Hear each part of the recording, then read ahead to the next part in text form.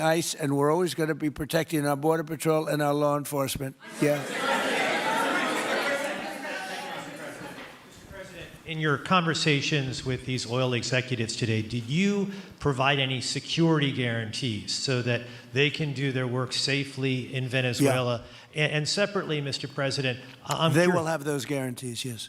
And separately, Mr. President, I'm curious in terms of the future of Venezuela. Do you see Venezuela, now led by Delcy Rodriguez, as an ally of the U.S.? Is that the way that you view that country right now? Well, right now they seem to be an ally, and I think it'll continue to be an ally, and we don't want to have Russia there. We don't want to have China there. And by the way, we don't want Russia or China going to Greenland, which if we don't take Greenland, you're going to have Russia or China as your next-door neighbor. That's not going to happen.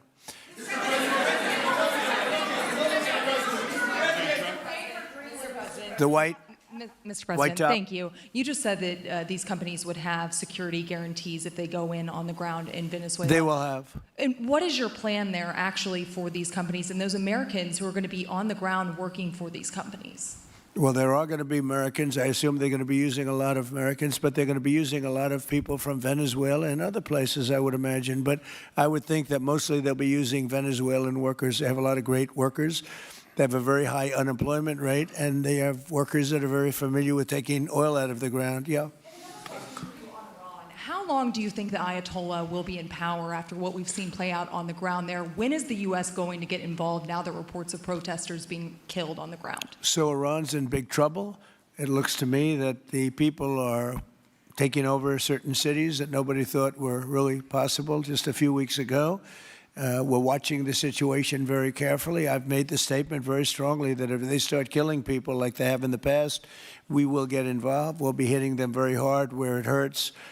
And that doesn't mean boots on the ground, but it means hitting them very, very hard where it hurts. So we don't want that to happen. There have been cases like this where President Obama totally backed down. But this is something pretty incredible that's happening in Iran. It's an amazing thing to watch. They've done a bad job. They've treated their people very badly, and now they're being paid back. So let's see what happens. We're watching it. We're watching it very closely. Go ahead, please. Thank you so much, Mr. President. Yes, go ahead. Thank you so much, Mr. President.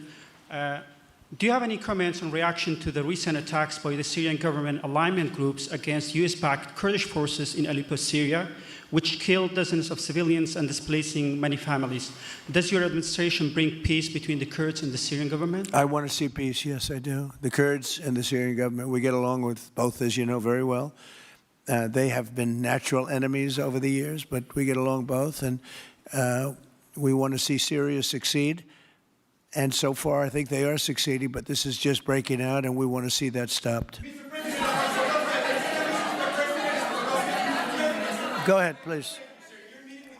Colombia, Gustavo Petro, in a few weeks. Do you hope this meeting with Gustavo Petro marks a new chapter, a new beginning in the benefit of the U.S. and Colombia relations? What country? Colombia, with the president of Colombia, Gustavo Petro. I had a very good talk with him yesterday, and he's been very hostile to us and to the nation and to me, called me a dictator and lots of other things. Called Biden some terrible names, far worse than he called me. But he called yesterday through people, and he wants to meet, and that's fine with me. I've made up with people also, So we're going to have a meeting with him. We had a very good conversation. The people of Colombia are incredible people. Marco would know that better than anybody because he's married to a woman from Colombia. And I don't mean Columbia University. That would be, I'm not sure. I think I like Colombia, the country, better, if you want to know the truth. The people are, hold it. The people are great people. I look forward to meeting with them. We're going to meet in the very near future.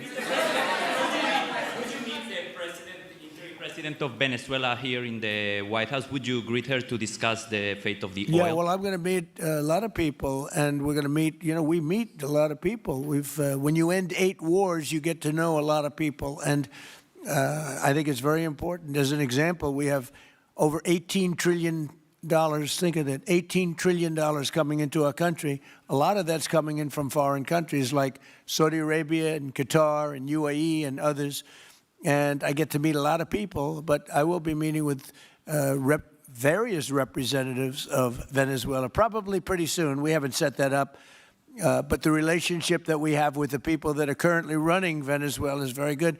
We also have a young lady that received the Nobel Peace Prize. She's going to come in and pay her regards to our country, really, to me, but you know, I'm a representative of the country, nothing else. And she's coming in sometime next week, I think Tuesday or Wednesday, and we'll see how that is. But no, we're dealing with the people from Venezuela. We're dealing with them very well. I think they've been very smart in the way they've dealt with us, frankly, because that whole place could have been obliterated with one more strike, and we didn't want to do that.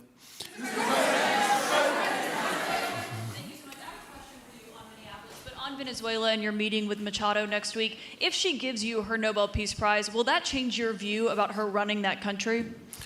Well, I have to speak to her. I mean, I'm going to have to speak to her. She might be involved in some aspect of it. I will have to speak to her. I think it's very nice that she wants to come in, and that's what I understand the reason is, because Norway is very embarrassed by what took place. I mean, they're getting decimated. Look, whether people like Trump or don't like Trump, I settled 8 wars, big ones, some going on for 36 years, 32 years, 31 years, 28 years, 25 years, some just getting ready to start, like India and Pakistan, where already 8 jets were shot out of the air, and I got it done in rapid order without nuclear weapons.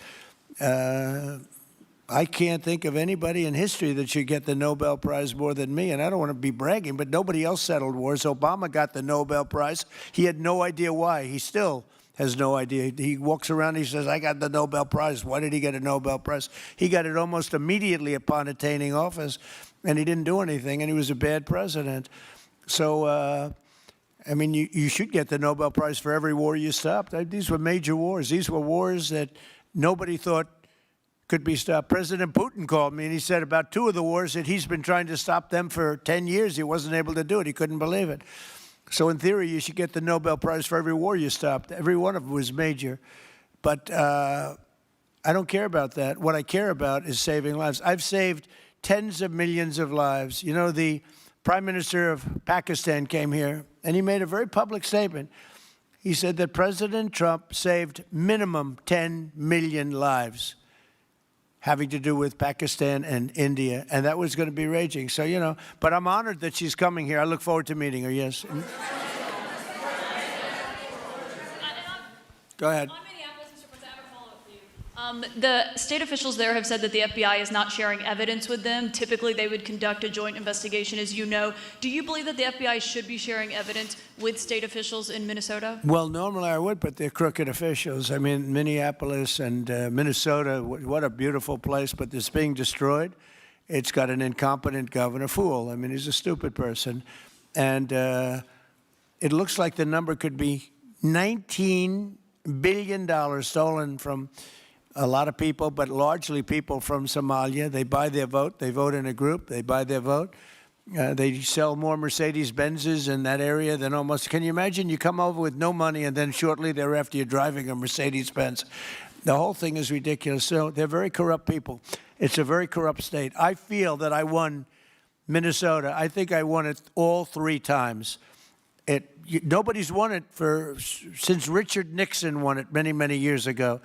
I won it all 3 times, in my opinion, and it's a corrupt state, a corrupt voting state, and the Republicans ought to get smart and demand on voter ID. They ought to demand maybe same-day voting and all of the other things that you have to have a safe election. But I won Minnesota 3 times, and I didn't get credit for it. I did so well in that state every time. The people were crying every time after. That's a crooked state. California is a crooked state. Many crooked states. We have a very, very dishonest voting system. The last time I won, 24, the one that just took place, I won because it was too big to rig. You couldn't rig it. It was too big. But I won the state of Minnesota. It's a corrupt voting system with an incompetent governor, a very incompetent governor.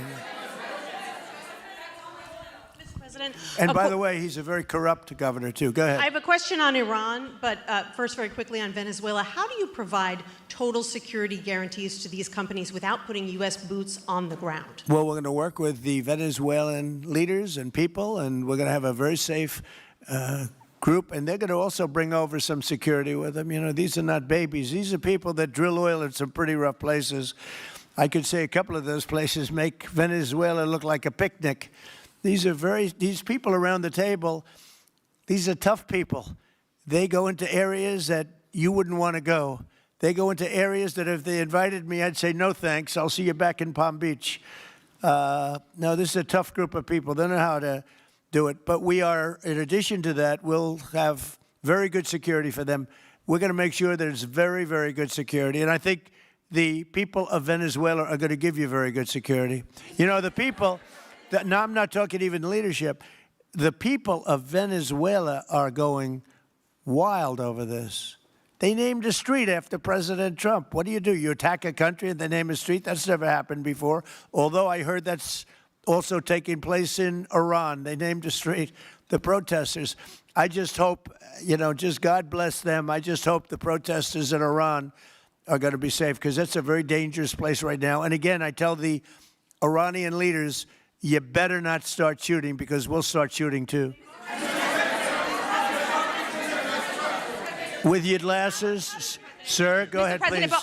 Hold it. Next to you. Yes, glasses. The gentleman with the glasses. All right, thank you, Mr. President. With those very big glasses, actually. Yeah, Ferrari, actually. Mr. President, I have two questions. What do you want the European Union to do in Ukraine? The European leaders seem pretty divided on Ukraine. And then, if you can reiterate this straight message that you have to the Iranian leader, to Khomeini, the message that you have. You're talking about Iran? Iran, yeah. What the do first I want one is on Iran Europe. to do? I'm sorry? Where are you from? Italy. Oh, nice place. Yeah. Okay. Thank you. The first question So is what on are you Europe. asking about Iran for? Well, if you can answer about Europe and what you think the Europeans should do on Ukraine, and then a message. Well, look, Europe has been doing so much for Ukraine, but it hasn't been enough. And obviously that I would say that President Putin is not afraid of Europe. He's afraid of the United States of America, as led by me. There's no fear of Europe.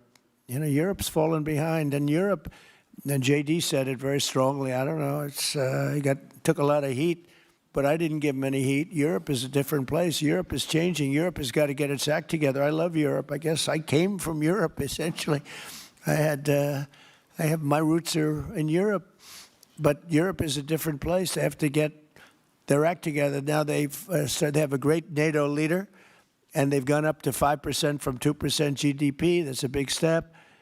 But they have to be very careful with their immigration policy, and they have to be because, you know, I will just say, to be nice, that there are certain places in Europe that are very important that are no longer recognizable. I'm being very nice. I'm being very diplomatic when I say that. They are not recognizable. And they have to be careful on energy, because they're putting windmills all over the place and losing a fortune.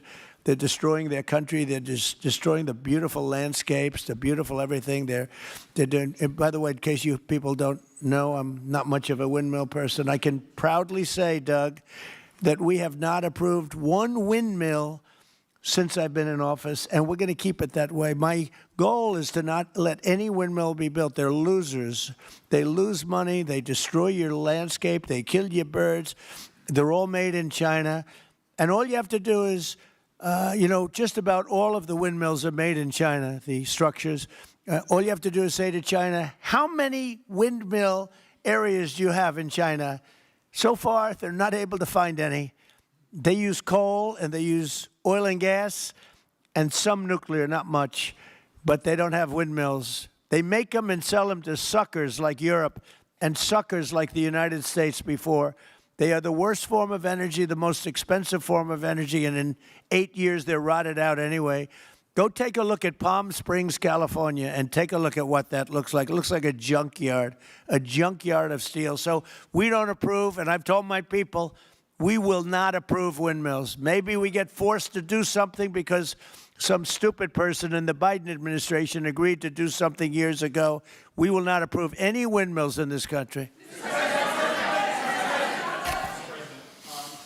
On Venezuela, is it ultimately more important to you to establish stability there or democracy there?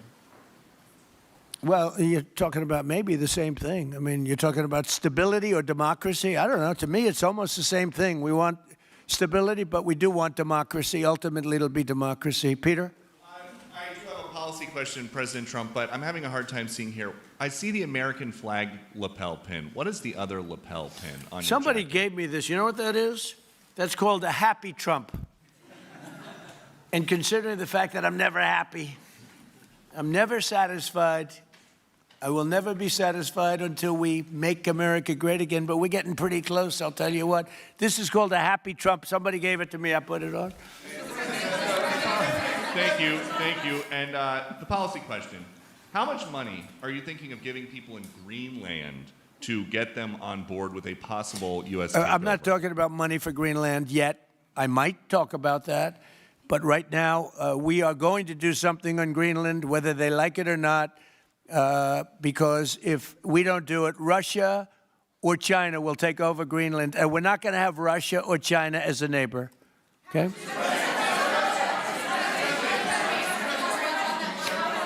I would like to make a deal, you know, the easy way, but if we don't do it the easy way, we're going to do it the hard way. And I'm a man, and by the way, I'm a fan of Denmark too. I have to tell you, and you know they've been very nice to me. I'm a big fan, but you know the fact that they had a boat land there 500 years ago doesn't mean that they own the land. I'm sure we had lots of boats go there also, but we need that because if you take a look outside of Greenland right now, there are Russian destroyers, there are Chinese destroyers and bigger, there are Russian submarines all over the place. We're not going to have Russia or China occupy Greenland, and that's what they're going to do if we don't. So we're going to be doing something with Greenland, either the nice way or the more difficult way. Please, go ahead, ma'am. Mr. President, why is it so important to you to own it when you have a military presence there, which you could expand to affect the security? Because when we own it, we defend it. You don't defend leases the same way. You have to own it. And, you know, with a nation, look at what happened with Obama, with that horrible deal they made with Iran. It was a short-term deal. It was like a 9-year deal. Countries can't make 9-year deals or even 100-year deals. Countries have to have ownership. And you defend ownership, you don't defend leases. And we'll have to defend Greenland. If we don't do it, China or Russia will. It's not going to happen. We are not going to have, and I like China, I like Russia, I love the people of China, I love the people of Russia. I get along very well with President Putin, but I'm very disappointed in him. I get along very well with President Xi. I'm going to go over to China in April, but I don't want them as a neighbor in Greenland. Not going to happen. And by the way, and NATO's got to understand that. I'm all for NATO. I saved NATO. If it weren't for me, you wouldn't have a NATO right now. But we're not going to allow Russia or China to occupy Greenland, and that's what's going to happen if we don't. Go ahead. Mr. President, one, can you respond to that? And two, Yeah, it was an amazing report. The most amazing thing is government jobs are way down, and yet the unemployment or the employment numbers are very good. We've gotten rid of tremendous numbers of federal government jobs. Nobody's ever seen anything like it. And yet the employment numbers are very good. They're really getting better. But now we have all those people to work in the private sector for a lot more money. I think that's one of the very big things. The other thing is at 5.4%. And remember, this is after we had a shutdown. And that shutdown had an impact because the concept of the shutdown, even though it's before, people knew we were going to be shutting down. A lot of bad things happened. And by the way, on January 30th, you may have another shutdown. We'll see what happens. But I think the numbers, Caitlin, were really amazing. Look, to think about 5.4%, nobody thought that. They thought it was going to be 2%. And you know what it is? It's tariffs. And it's also November 5th. We had a great election, a great election. Our country was dead 1.5 years ago. And now we have the hottest country anywhere in the world. And I hope you guys were impressed. 5.4%. And we haven't even really transitioned yet. There's no reason it can't be much, much higher than that. Yeah.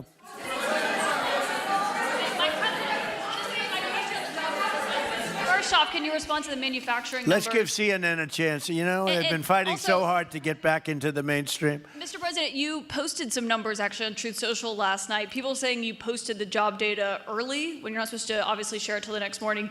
Did you do that on purpose? No, I don't know. If they posted them, I said post them whenever you get a chance. I don't know. They gave me some numbers. When people give me things, I post them.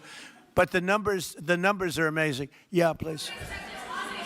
How does the administration plan to distribute the money from the Venezuela oil sales? Is it, obviously you say it's going to go into these controlled accounts. Yeah. Would it go back to Venezuela in a Yeah. direct payment? Is it going through these goods? How do you plan to do that? Well, And we then I have want a to make second sure question. that Venezuela can survive. You know, Venezuela needs money, and we're going to make sure that they get money, and we're going to get money, and the oil companies are going to make something for the work they do, and they're going to get back their money.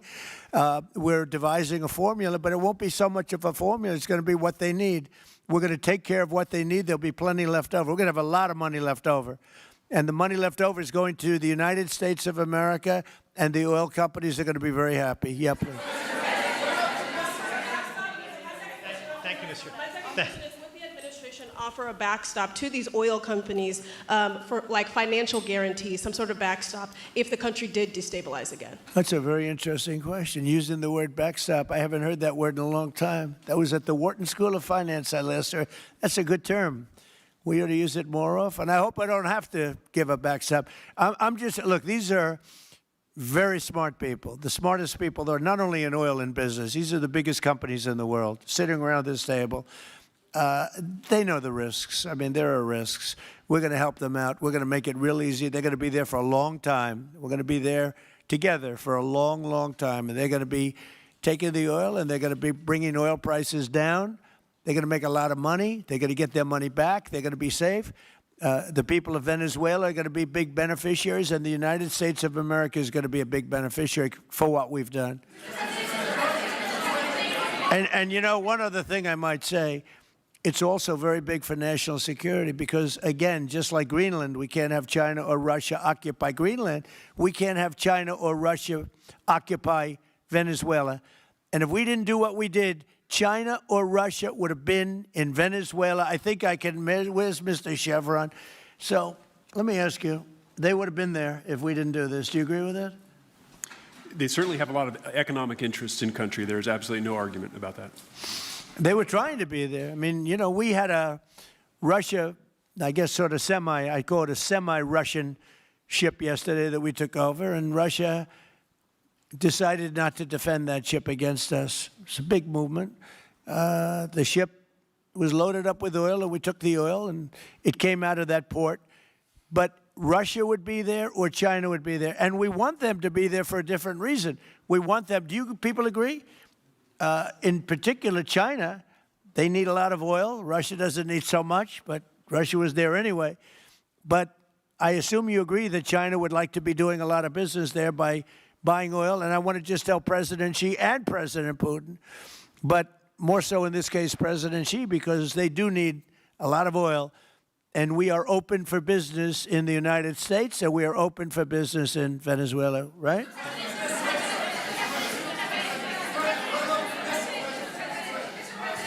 Go ahead, sure. Mr. President, You know, what is your I could take questions from these people all day long. You know, they're sitting here, and generally they're very rich, very powerful, but nobody gives a damn about them. It's a sad thing. You have all that money, all that power, and look at all these crazy questions. We could do this all day long, and they wouldn't be satisfied. I have a question on today's meeting, Mr. President. We'll take a few more, I have though. a question on today's meeting, Mr. President. Do you have? Let me ask you more importantly. Do you have any questions from the biggest? Yes, sure. Hold it. Do you have any questions for the biggest people on earth, the biggest business people, the biggest companies anywhere on earth? Do you have any questions for these people? No. Do you have a question for them? Go ahead. Go ahead. Ask them a question. To rebuilding the oil infrastructure in Venezuela, and for the executives in the room, what do you need from the administration in order to invest? That's a good question. Do you want to go and answer that question?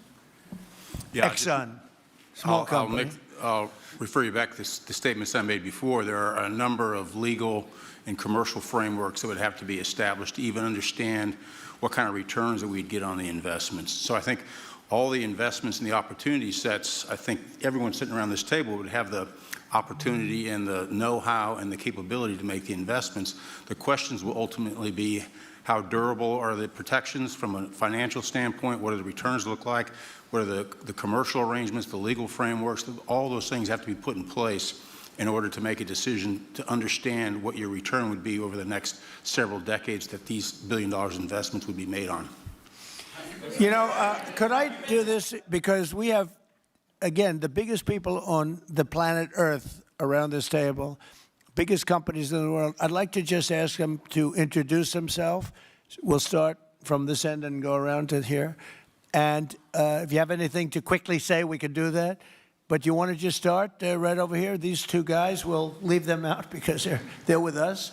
Please. Thank you, President Trump. John Addison at VTOL. We're here to ensure that you are going to be able to move all of this oil all around the world at the best price possible so that the influence that you have over the Venezuelans will ensure that you get what you want. Thank you. Thank you. Good point. Thank you, Mr. President. Brian Sheffield of Formentera. My grandfather, Hugh Sheffield, was president of ARCO, Venezuela. Right. Thank you for what you did. Do you like what we're doing? There's a lot of shale there, a lot of upside. He would be very happy looking down. He'd be very proud of you right now, right? Yes, sir. Good. Thank you.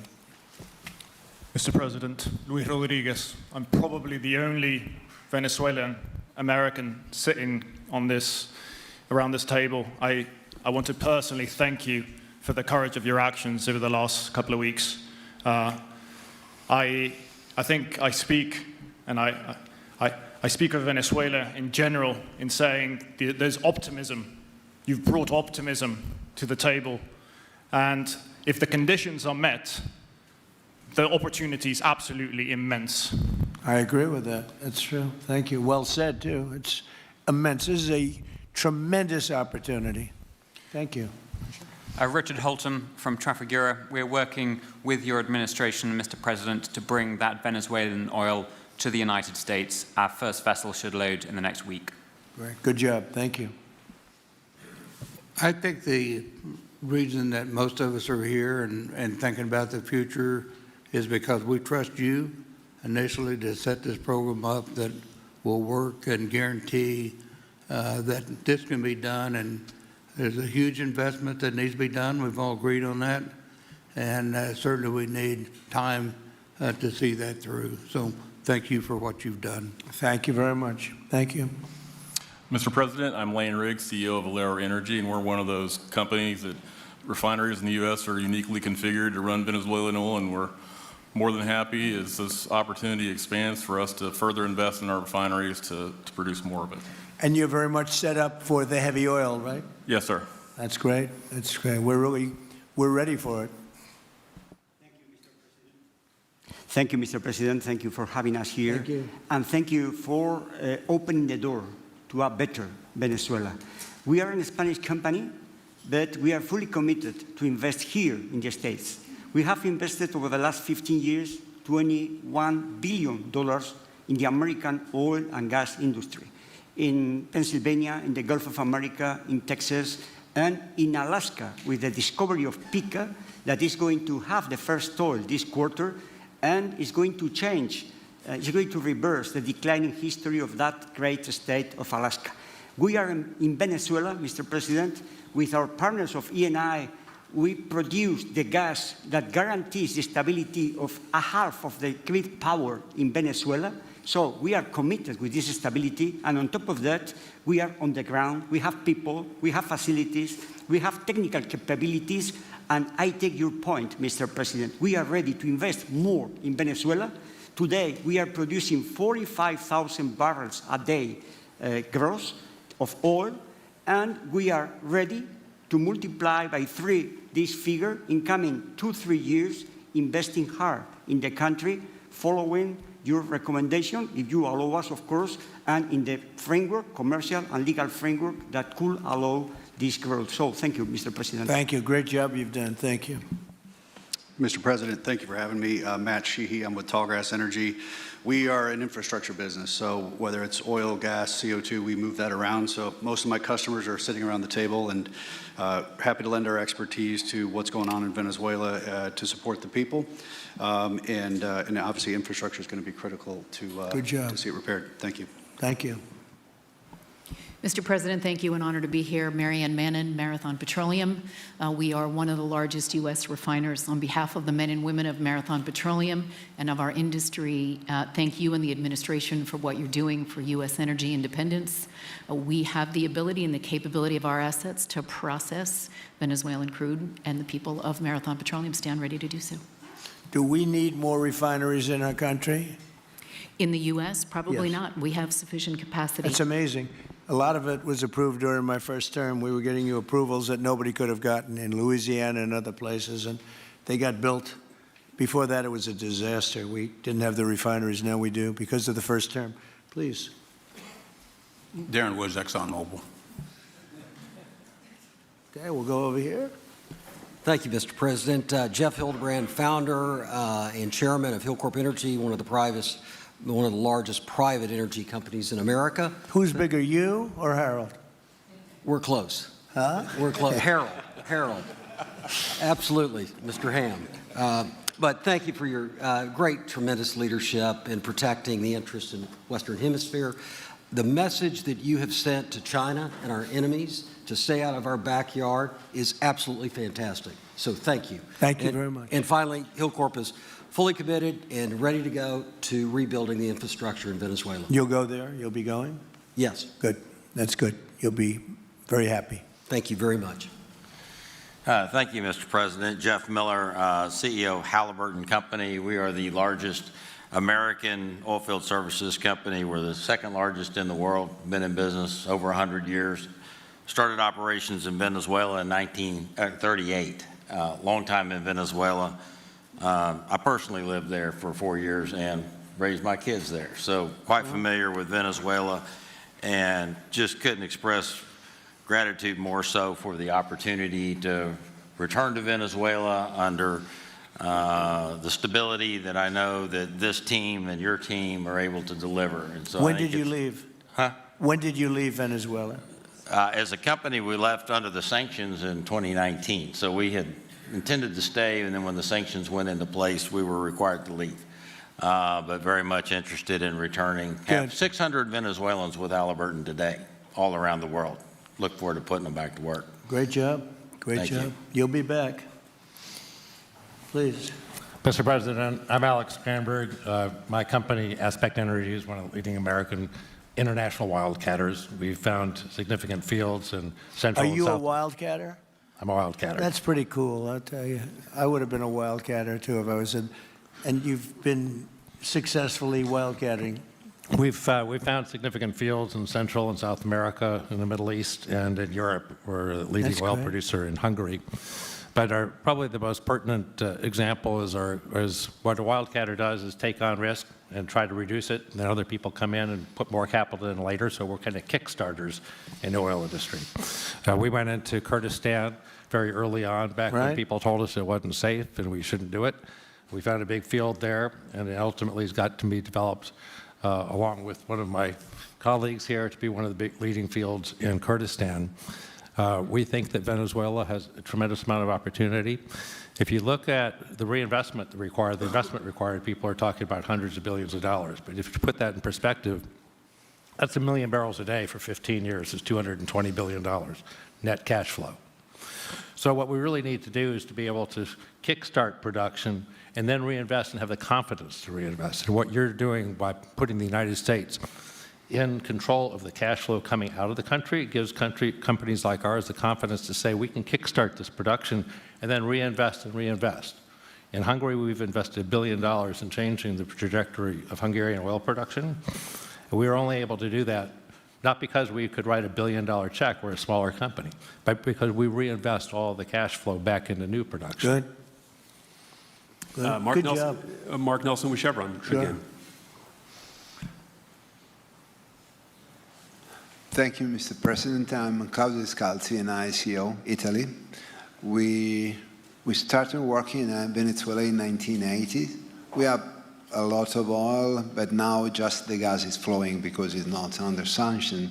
And as my colleague from Repsol said, we cover more than about 50% of the electricity in the country. So that is essential to avoid any kind of problem, social problem. We own about 4 billion barrels of reserves, so a huge amount in the Orinoco Belt and in central Venezuela. We have now in the country 500 people, most Venezuelan, and we are ready to invest. Clearly, we are ready to invest. We thank you for the big efforts and the efficiency of your action, and we are here. And we are here to work together with the U.S. We are also a big investor in the U.S. So I know that.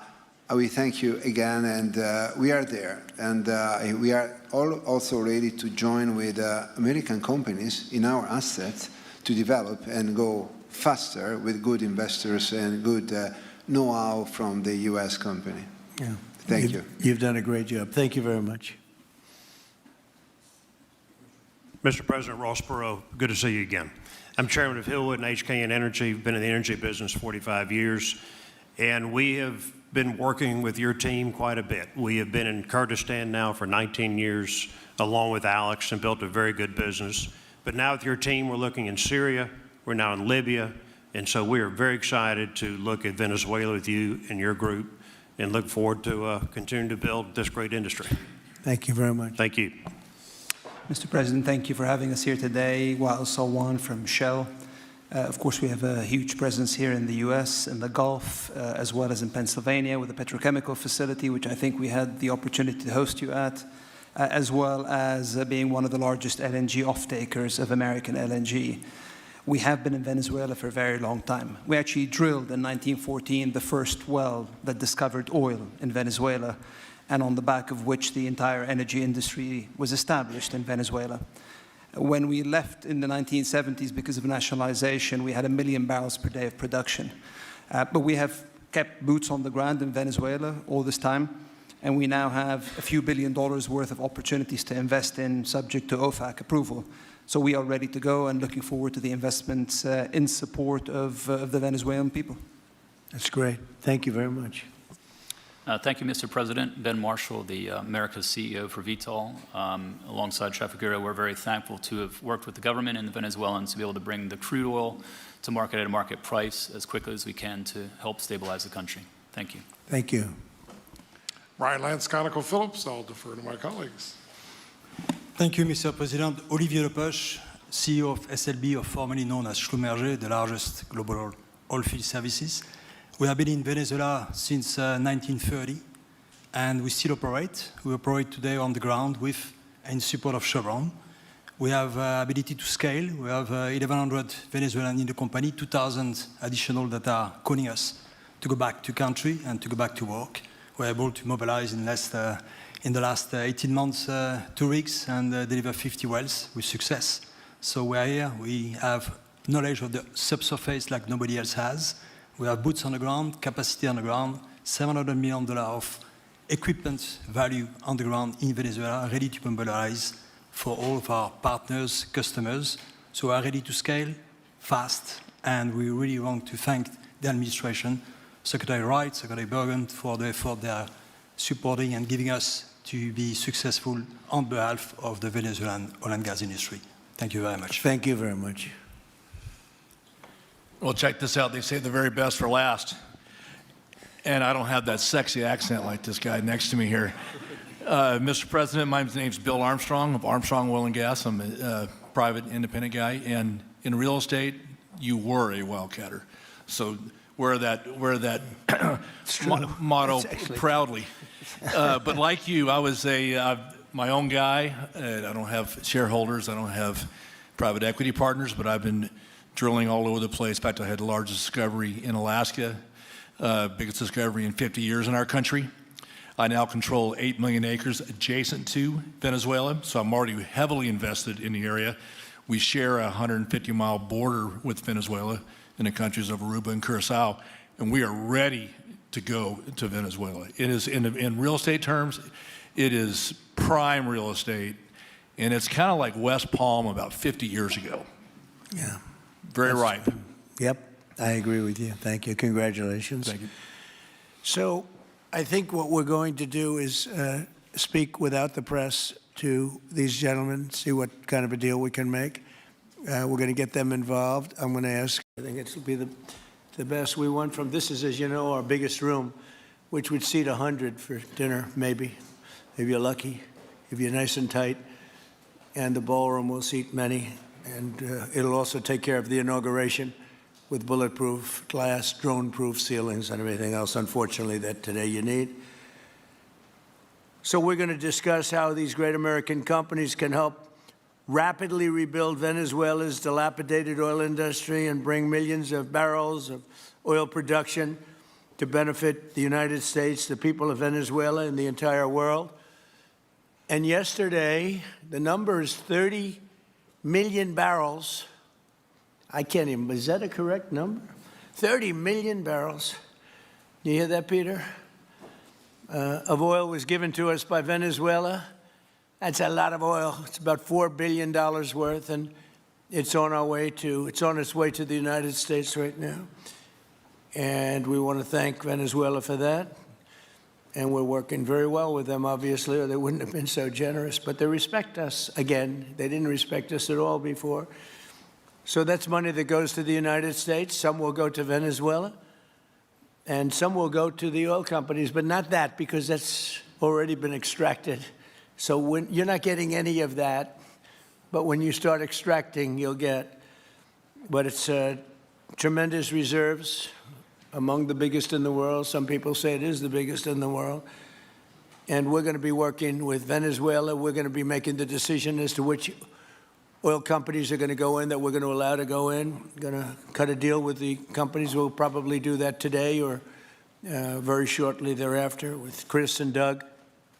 And we're dealing with the country, so we're empowered to make that deal. And you'll have total safety, total security. One of the reasons you couldn't go in is you had no guarantees, you had no security, but now you have total security. It's a whole different Venezuela, and Venezuela is going to be very successful.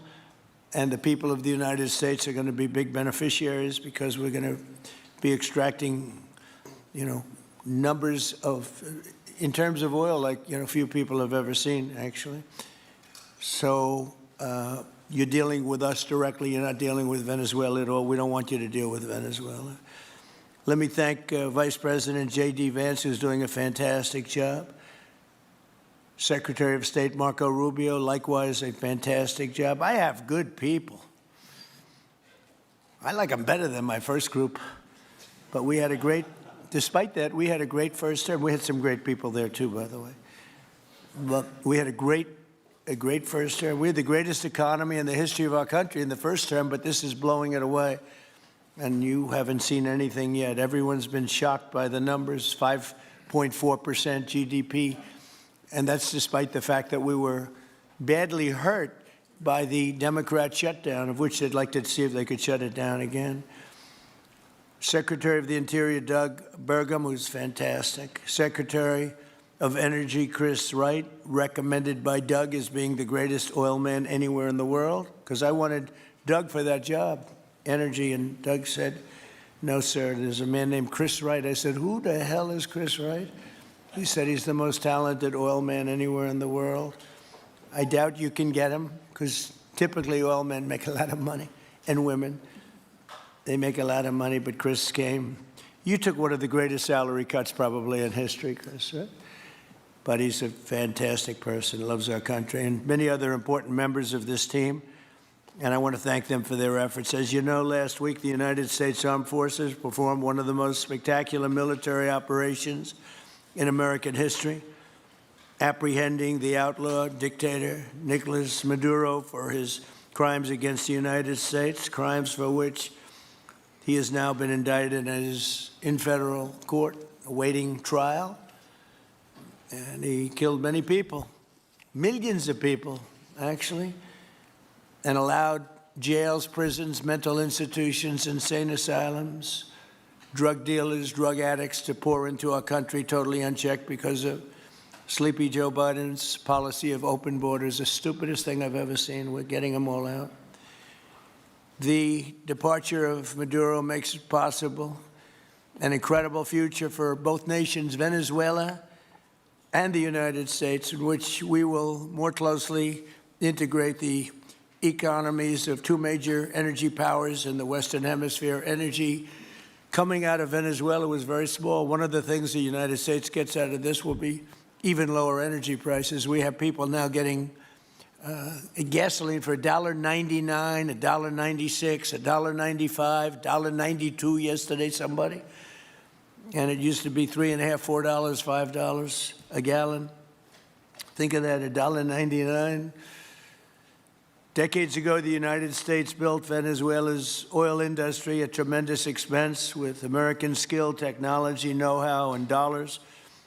But those assets were stolen from us, and we had presidents who did nothing about it. This president is much different than your other presidents. They did nothing about it. They stole it. Some of the people in this room were a little bit younger when that happened, but not that much younger. It wasn't that long ago. But they stole our assets like we were babies, and the United States did absolutely nothing about it. So now we're doing everything about it. Now we're doing 500% about it, but it's a long time after the act took place.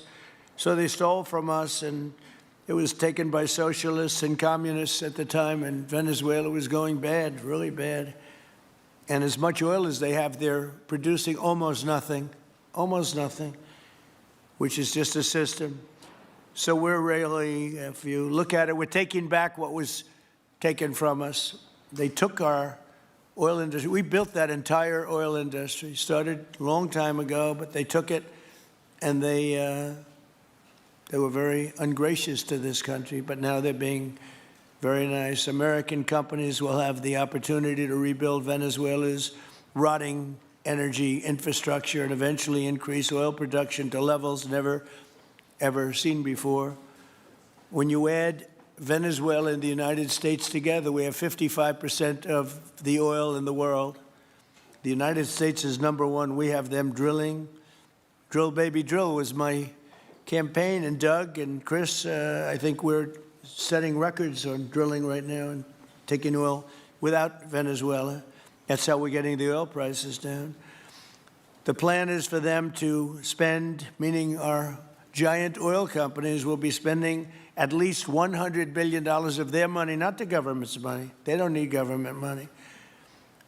But they need government protection and need government security that when they spend all this money, it's going to be there so they get their money back and make a very nice return. The plan is for them to spend at least $100 billion to rebuild the capacity and the infrastructure necessary. Venezuela has also agreed that the United States will immediately begin refining and selling up to 50 million barrels of Venezuelan crude oil, which will continue indefinitely. We're all set to do it. We have the refining capacity. It was actually based very much on the Venezuelan oil, which is a heavy oil, very good oil, great oil. It's fantastic for certain things like asphalt roads, the best there is in the world for asphalt roads and other things. All of the companies here today are going to be treasured partners in bringing the nation of Venezuela back to life, restoring its economy, and generating great wealth for their companies and for their people, and also great wealth for the American people, and tremendous wealth for the companies that are going in. The companies that are going in, and if you don't want to go in, just let me know, because I got 25 people that aren't here today that are willing to take your place. So I just want to thank, these are people that I either know or I know of by reading lots of business magazines and journals and papers. These are the greatest oil people anywhere in the world.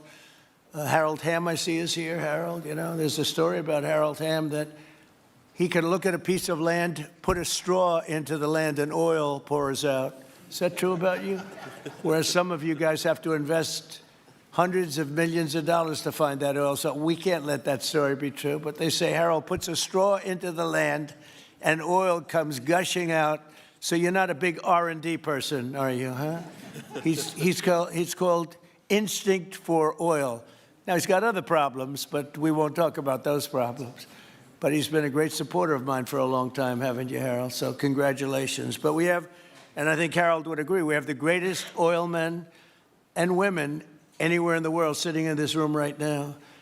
And we have a lot of people that will be back to see us sometime next week. We're going to have another meeting for another group. But we're going to do this very quickly. We can have this done almost immediately. So I'd like to thank you all for being here. I'd like to invite Vice President Vance to say a few words, followed by Secretaries Rubio, Burgum, and Wright. And then we'll have a few words from representatives that are here and to discuss their ideas, a couple of them. We have Chevron, which has been, where's Chevron? Where are you? Far right. No, I thought you'd have a better location. You were the only one that was there for all that. I used to call you and say, what the hell is going on with Venezuela? He stuck it out. I don't know if you made money or not, but you stuck it out. I got to give you a lot of credit for that. Mark Nelson, thank you very much. Exxon CEO Darren Woods. Darren, thank you very much. How's Exxon doing? Okay? All right. They'll do a lot better now, won't they, huh? Exxon's been amazing. It's been an amazing company.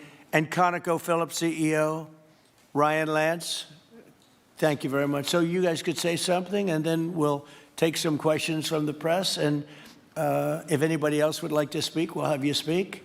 We have all the time in the world. This is a big subject. This is massive wealth, and more importantly than massive wealth, it leads to lower taxes and a lot of jobs for Americans and for Venezuelans, but for Americans in this case. And I just, again, appreciate you all being here. And I'd like to ask JD to say a few words, please. Thank you. Thank you, Mr. President. Thanks to everybody for being here. You know, as a Marine Corps veteran for my entire lifetime, presidents, and let's be honest, they were Democrats and Republicans, would send the American military to far-off places. They would get us involved in these endless quagmires. They would lose hundreds or thousands of American lives, and the American people would get nothing out of these misadventures. And now you have an American president who's empowered the American military to stop the flow of drugs into our country and to ensure that we, as opposed to our adversaries, control one of the great energy reserves that exist anywhere in the entire world. And he did it without losing a single American life in the process. It was an amazing operation. It's going to make our country richer. It's going to make our country more powerful. It's going to make our country safer. And it's going to lead to the decline, the further decline of drug overdose deaths in the United States of America. An amazing thing, and I'm happy to be here to talk about how we can make it an even bigger and better operation for the American people. Thank you, sir. Thank you very much. Marco? Thank you, Mr. President. And I think this is a reminder that everything this president does, everything President Trump does is with the American people in mind. It was not in the national interest or national security of the United States and of our people to have in our own hemisphere a country, not just with vast energy reserves, but controlled by an indicted narco trafficker who flooded our country with illegal immigration, including drug gang members, openly cooperated with drug gangs, and by the way, stole the wealth of that country to fund a repressive regime and also benefit adversaries such as Iran. All of that is now changing. As part of this process, the first phase, of course, is the phase we're in now, which is the stabilization phase. We do not want to see destabilization in the country. We're working very cooperatively with the interim authorities there to provide a market for the sale of the wealth of Venezuela in such a way that benefits the people, both of the United States, but also the people of Venezuela. And as a reminder to everyone, the President announced this just 2 days ago, every penny, everything they buy with the money that they're making from the oil now, Mr. President, will be bought from America. And that includes everything from equipment for the oil industry to food to medicine and everything in between. The second will be a phase of recovery, and then some of these phases will interlap, and that is to have a normal economy again where the money goes to the benefit of people, not the benefit of our adversaries or the benefit of elements in that country and around the world that are against our interests, at the same time as a process of reconciliation has to happen internally among the different sectors of society and politics and the like.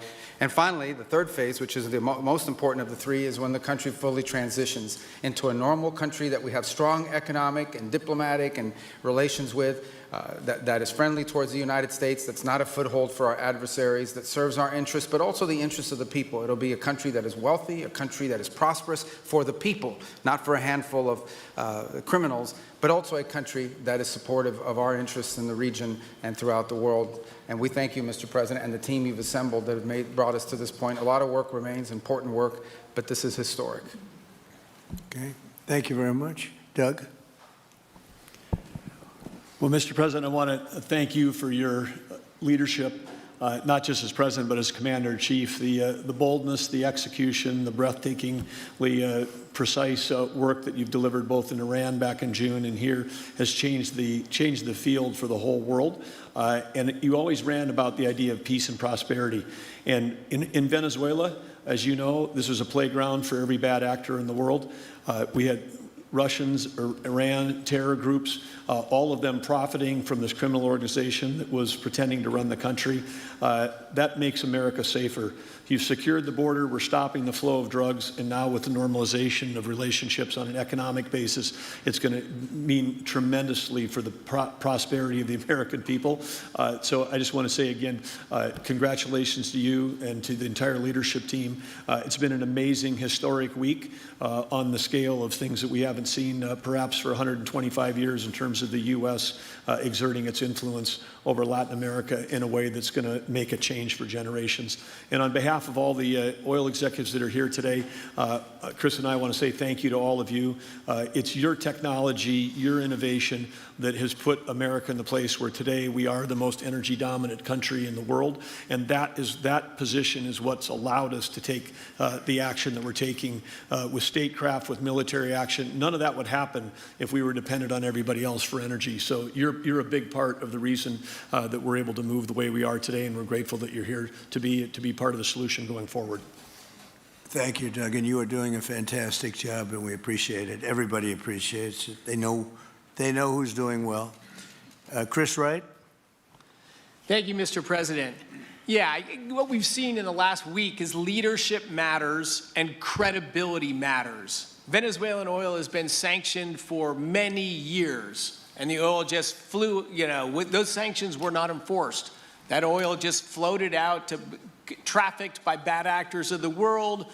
The resources weren't gone to a central place. The corruption and decline of Venezuela has been a crisis for the people of Venezuela. And as Secretary Rubio said, massive spillover effects in the United States, in crime, in drugs, in kidnappings, and in taking a huge resource base and making it not exploited, not developed. The whole world is a poorer, less opportunity-rich place because of that. When you have materials underground, they've been underground for 1 million years. That does not make them a resource. That does not make them valuable for your country, your people, or the world. They only become a resource with technology, with capital, with rule of law, and a system of governance that encourages the harvesting of those resources to make the better world. And we see here the dramatic contrast between the United States, which may have less oil underground than Venezuela.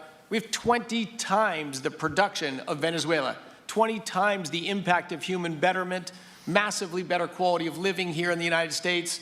That was at risk under the last administration. We've seen a lot of attacks on the energy that makes the world go round. President Trump's election has removed those risks, has embraced reality about how the world is energized, and we are record production of oil in the United States, record production in natural gas in the United States. We've seen a meaningful decline in gasoline prices, diesel prices, travel prices because of jet fuel.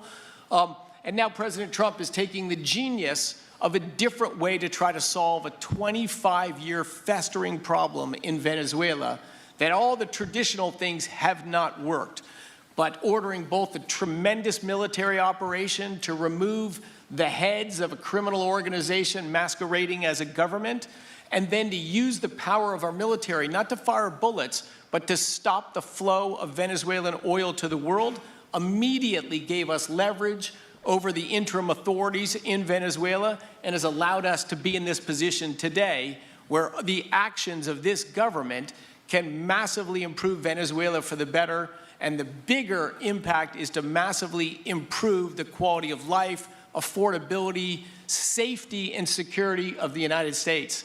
Very proud to be here. And We'll turn it over to Mark Nelson, who's the vice chairman of Chevron. Chevron has been in Venezuela for over 100 years, continuously. Mike Wirth, the CEO, had a knee replacement recently. He's not here. Mark is a tremendous leader in our industry, and I'll turn it over to him. Thank you, Secretary Wright. Again, I'll send Mike Wirth's regrets. He really wanted to be here, Mr. President. All right. Great guy. On his behalf, I have 3 very quick thank yous and an assurance I'd like to provide you all. The first thank you, Mr. President, is to you. It's thank you for convening this gathering. It's thank you for your leadership, and thank you for continuing to keep American energy domination in the forefront. So thank you for that. Thank you very much. The second thank you actually is to the cabinet. So Secretary Rubio, Secretary Burgum, Secretary Wright, your ability and commitment to continue to engage with the parties around the table to keep the world working is greatly appreciated. So thank you for that. And the final thank you actually would go to our Venezuelan employees of Chevron. They have been working tirelessly to operate safely, protect the environment in country, and their dedication and skill will help us in this next chapter. And finally, I'll close with the assurance. For more than a century, Chevron has been a part of Venezuela's past. We are certainly committed to its present, and we very much look forward as a proud American company to help it build a better future. And so, Mr. President, thank you for your leadership. You really suffered there. You stuck it out. A lot of people left. A lot of big companies left. Many of the people sitting at this table left because of the safety risk and other risks. But you stuck it out. I give you credit for that. Sometimes it was hard. I remember 6 months ago I told you to stay, just stay. Things are going to happen. You'll be very happy. I didn't know they were going to happen this fast or this conclusively. One thing I think everyone has to know is that if we didn't do this, China or Russia would have done it.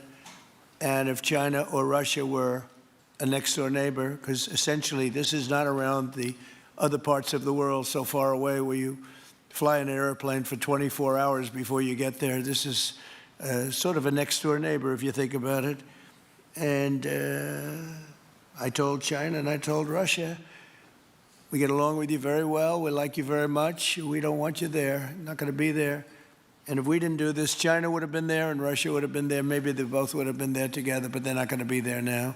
One thing I will tell them, and I will tell you, that we are open for business. China can buy all the oil they want from us there or in the United States. Russia can get all the oil they need from us, and they do like oil, even though they produce a lot of it. But China and Russia and everybody else is able to go, and we'll be open for business almost immediately. I have a feeling the $100 million will be spent $100 billion will be spent very, very rapidly by these very big, powerful, and rich companies, and I think they're going to be able to rebuild the infrastructure. And I hope it's going to be brand new as opposed to a rehab, because I know the tremendous difference between the new and the not so new in your industry. The new is much more beautiful, much better in every way, and actually much smaller. It's like everything else, gets smaller and stronger. It's a combination of smaller, better, and stronger. So I hope you're going to build all brand new stuff, rip out the old crap that's been there for so many years, and do it the right way. You're going to be there a long time if we make a deal. If we make a deal, you're going to be there a long time. If we don't make a deal, you won't be there at all. It's, sort of interesting. But again, China and Russia would have been there if we didn't do this. And the other thing people ask about the second wave, I don't think it's going to be necessary. We have an armada, a giant armada like nobody's ever seen in that part of the world. And it's stationed off the coast. And we are getting along so well with the people that are involved and representing Venezuela that I don't think we're going to have any, I don't think it's going to be necessary to do the second wave. We were planning on a second wave, but the first wave was so powerful and so good and so strong. And frankly, the people in the country, they did the right thing. They were smart. They did the right thing. They didn't want to go through a second wave. But we've got a tremendous number of the most powerful ships in the world right there. I don't think we're going to have to use that. I'm happy to say that. I don't think we're going to have to use that at all. If I could ask Chevron, you did a great job. I want to thank you. And ExxonMobil, if you would say a few words, and then followed by Conoco, great companies, massive companies, great companies. Exxon, please. Sure. Thank you, Mr. President. I appreciate the invitation and the opportunity, frankly, for the entire industry to show up and provide a perspective. Frankly, we've been kind of unresponsive to the press regarding Venezuela, but I guess today's the opportunity to address the press directly with respect to a number of questions that have been asked of ExxonMobil. First and foremost, obviously, is the interest that we have in Venezuela. And I think, you know, the way I would position that, and I think one of the reasons why we see many of the industry players here is we're in a depletion business for a product that is in great demand and will be in demand for many, many, many decades to come. And as a depletion business, the biggest challenge we have is finding resources. There's an opportunity in Venezuela with all the resources there is we don't have that challenge of finding, we have the challenge of developing those resources. So I think it's in the best interest of these companies and frankly society as a whole for the industry to be interested in understanding what the opportunity here represents. I'll just share a philosophy that ExxonMobil has when we enter countries because we do business all around the world in a number of different regimes. We take a very long-term perspective. The investments that we make span decades and decades, so we do not go into any opportunity with a short-term mindset. And there's a value proposition that we have to meet. It has to be a win-win-win proposition. Obviously, it has to be a win for the company and our shareholders and to generate a return for the investments that we make. It has to be a win for the government. The resources are an important source of revenue that helps support the people of the places that we do business. And it has to be a win for the people. We have to be wanted there and to be a good neighbor. And those three things ensure a stable, long-term platform for the large investments that we make for the long term. With respect to Venezuela in particular, we have a very long history in Venezuela. In fact, we first got into Venezuela back in the 1940s. We've had our assets seized there twice. And so you can imagine to re-enter a third time would require some pretty significant changes from what we've historically seen here and what is currently the state. If we look at the legal and commercial constructs and frameworks in place today in Venezuela, today it's uninvestable. And so significant changes have to be made to those commercial frameworks, the legal system. There has to be durable investment protections, and there has to be a change to the hydrocarbon laws in the country. We're confident that with this administration and President Trump working hand in hand with the Venezuelan government, that those changes can be put in place. And with respect to the Venezuelan government, that perspective we don't have a view on. We haven't talked to the Venezuelan government, and obviously we have yet to assess the people's perspective with respect to ExxonMobil entering the country. In the short term, there are things that can be done while these longer-term issues are being worked. For us, we haven't been in the country for almost 20 years. We think it's absolutely critical in the short term that we get a technical team in place to assess the current state of the industry and the assets, to understand what would be involved to help the people of Venezuela get production back on the market. With the invitation of the Venezuelan government and with appropriate security guarantees, we are ready to put a team on the ground there. We also have a integrated set of capabilities from production to refining to trading, and I think we can be of assistance to getting the Venezuelan crude to market and realizing a market price to help, again, with the financial situation in Venezuela. So those are my short-term perspective that I have. I'd say maybe close with a thank you, Mr. President, for the work that you've done to secure not only the national security, but the energy security of the region. And then thank you, Secretary Rubio, Secretary Wright, Secretary Burgum, for your leadership in this matter. Thank you. How long would it take you, Darren, as Exxon to, if we make a deal, how long would it take you to get in there and get started? Well, the first step, this technical team, as I talked with Secretary Wright earlier this week, we started from the beginning to put the team together so that if and when it was needed, we could hit the ground almost immediately. So we can hit the ground within the next couple of weeks. Start the assessment, and then from there we need to understand. That's what we want. We want speed and quality. That's what we want. Thank you, Darren. And Conoco, Ryan? Thank you, Mr. President. Appreciate the opportunity to be here, too, and you've assembled a great team. And our congratulations as well for removing one of the terrible people in the world and bringing them to justice. It was quite amazing. I think you've given hope to the people of Venezuela again, which I think is quite remarkable. And we've been on the other end of that despot regime a long time. Our assets were expropriated. I had a little bit more hair when that happened. And you know, I think we're the largest non-sovereign credit holder in Venezuela today. So we're at a bit of a different situation, but I think your big and bold idea to use energy commerce instead of conflict is something that could make a real big difference in Venezuela. And our company certainly stands ready to help in that endeavor. Encourage you to continue to think bigger and even bolder. And we've had some discussions with your energy team about that as well. As we think about the other people that need to be in this room and in this discussion are the banks, and including probably the Exim Bank, as we think about how the debt needs to be restructured and the financing to deliver the billions of dollars that are required to restore their energy infrastructure. And I think as we think that big and bold, we need to be also thinking about even restructuring the entire Venezuelan energy system, including PDVSA.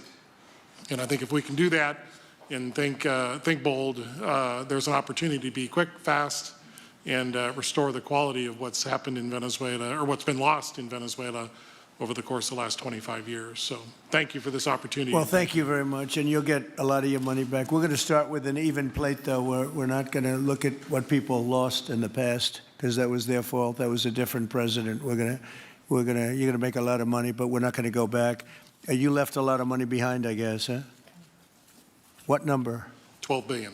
How much? 12 billion. Well, it's a good write-off. It's already been written off. It's been written. All right, thank you. You'll make it back one way or the other. You're all going to do very well. I think really very well. Marco just gave me a note. Go back to Chevron. They want to discuss something. Go ahead. I'm going back to Chevron, Marco. Thank you, Marco. Was there a question, Mr. President? Yes, go ahead, Marco. What are you saying here? Mark, if you can update us on operations in the ground and with the appropriate approvals, what you might be able to achieve in the next 12 to 18 months, give us a little view from the ground. You bet. So today, Chevron has 3,000 employees in 4 different joint ventures in Venezuela today. And over the past 5 to 7 years, they've taken production from about 40,000 barrels a day to 240,000 barrels a day, essentially getting those facilities and that equipment up to standards that would be something that people in the room would be more accustomed to. Given the work we've done with Secretary Wright and Secretary Burgum and even Secretary Bessent, I think we have a path forward here very shortly to be able to increase our liftings from those joint ventures 100%, essentially effective immediately. We are also able to increase our production within our own disciplined investment schemes by about 50% just in the next 18 to 24 months, and that's just leveraging what's on the ground. So to Secretary Rubio's comments about phase 1, this is taking the momentum of improvements we've already made there locally and building on those and creating more momentum for the people of Venezuela. Do you think you have an advantage being there? You've been there by the skin of your teeth. It's been tough for you to be there. But do you think you have an advantage over the other people in this room by the fact that you are there?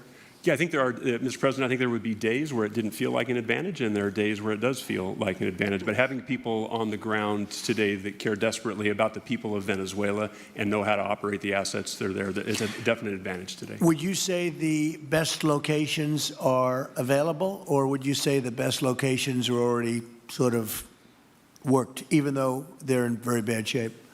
The best locations for finding oil, the best locations for oil?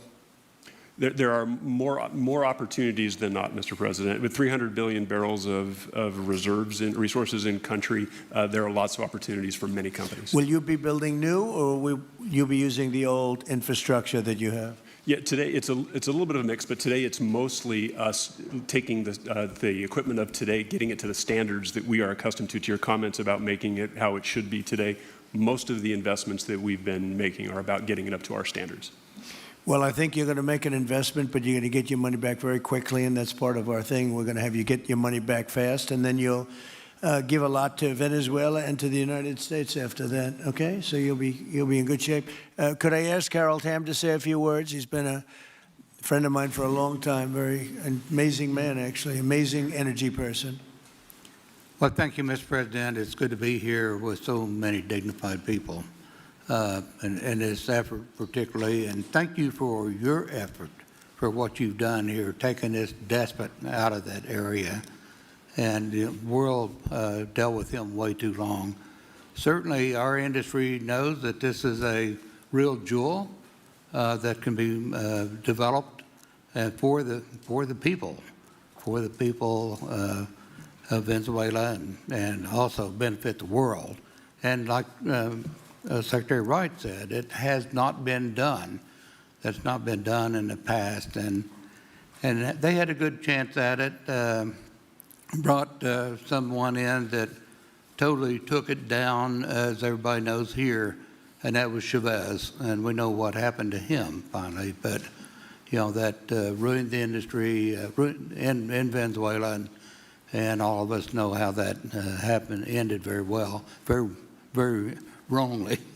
So anyway, we're glad to see what's happened here, and look forward for the opportunity for a lot of people in this room, but also for America and the country itself. Are you going to be involved in going in? Because, he's in North Dakota and he's in Oklahoma and some incredible places. It's a little bit different, but there's no doubt about you won't have to worry about the straw too much here. You can just go at it.